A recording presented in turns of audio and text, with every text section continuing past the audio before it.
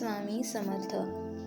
मित्रांनो, आपणा सर्वांना माहिती आहेच की श्री गुरुदेव दत्त हे पूर्ण विश्वाचे, अवघ्या विश्वाचे गुरु समजले जातात आणि श्री गुरुदेव दत्त नामाचा महिमा खूप अगाध आहे.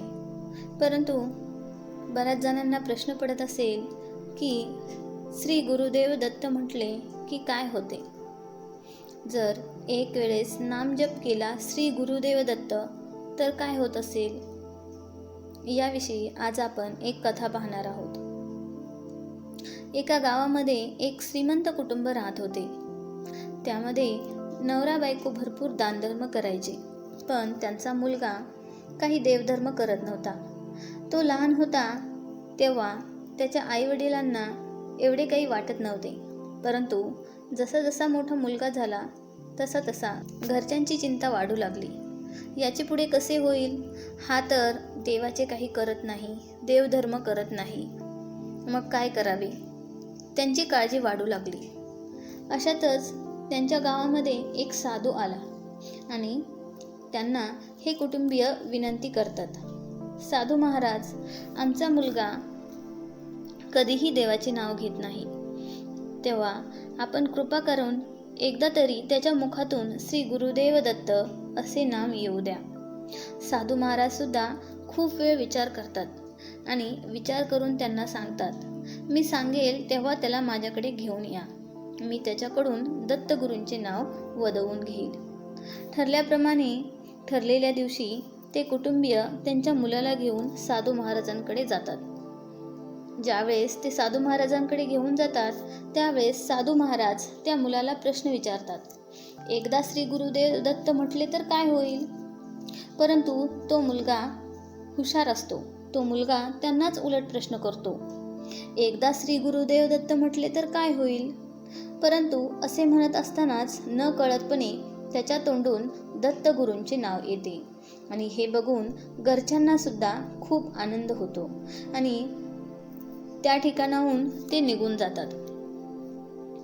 कालांतराने वयोमानाने त्या मुलाचे निधन होते आणि तो यमधर्मापुढे म्हणजेच यमराजांपुढे उभा राहतो.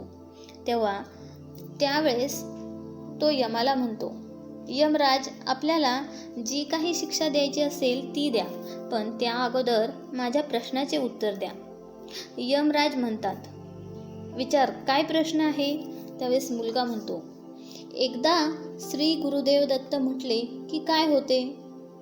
यमराज म्हणतात, मला दत्तगुरूंबद्दल भरपूर माहिती आहे, पण एक वेळ श्री गुरुदेव दत्त म्हटले तर काय होईल हे मला सांगता येत नाही, काय होते हे मला सांगता येणार नाही.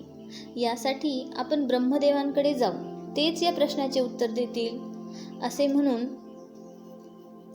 त्यावरती मुलगा म्हणाला, मी ब्रह्मदेवाकडे येईल, पण तुम्हाला माझ्या प्रश्नाचे उत्तर आले नाही आणि म्हणून तुम्ही मला पालखीमध्ये बसवून ब्रह्मदेवाकडे घेऊन जायचे आहे आणि त्या पालखीचे भोई तुम्हीच होणार.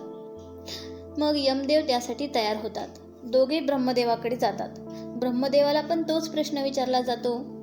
ब्रह्मदेवाला पण याचे उत्तर माहीत नसते. मग ते म्हणतात, चला आपण भगवान विष्णूंकडे जाऊ आणि त्यांना हा प्रश्न विचारू. तेव्हा तो मुलगा म्हणतो, माझ्या प्रश्नाचे उत्तर तुम्हाला आले नाही म्हणून तुम्ही पण माझ्या पालखीचे भोई होणार. ब्रह्मदेव त्यासाठी तयार होतात.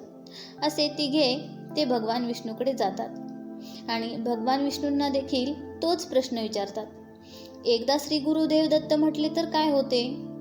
त्यावर विष्णू उत्तर देतात, श्री दत्तगुरूंबद्दल मला पण खूप माहिती आहे, पण एकदा श्री गुरुदेव दत्त असे नामस्मरण केले की काय होते हे मला पण सांगता येणार नाही.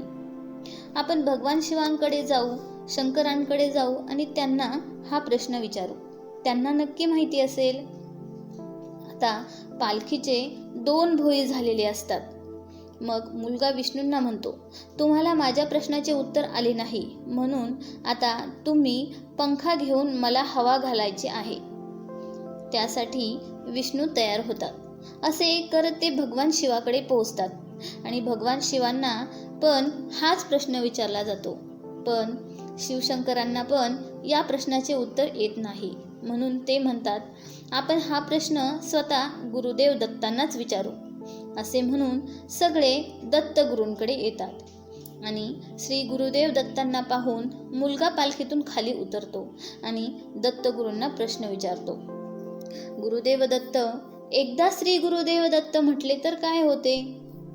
तेव्हा गुरुदेव दत्त त्याच्याकडे बघून हसतात आणि सांगतात, एकदा श्री गुरुदेव दत्त म्हटले की काय होते?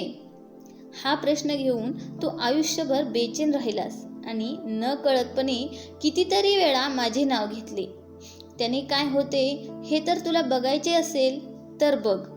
तू नाम घेत राहिला म्हणून प्रत्यक्ष यम, ब्रह्मा, विष्णू आणि शिव देखील हे तुला जन्म मरणाच्या फेऱ्यातून काढून माझ्या पायापाशी घेऊन आलेत. तू या सगळ्यातून मुक्त झाला आहेस आणि आता कायम माझ्या चरणाजवळ राहशील. मग बघा मित्रांनो, हेच ते फळ एकदा श्री गुरुदेव दत्त म्हटले की मिळते. म्हणून आपणही नेहमी नामस्मरणामध्ये दंग व्हावे, नेहमी देवाचे नामस्मरण करावे. श्री स्वामी समर्थ.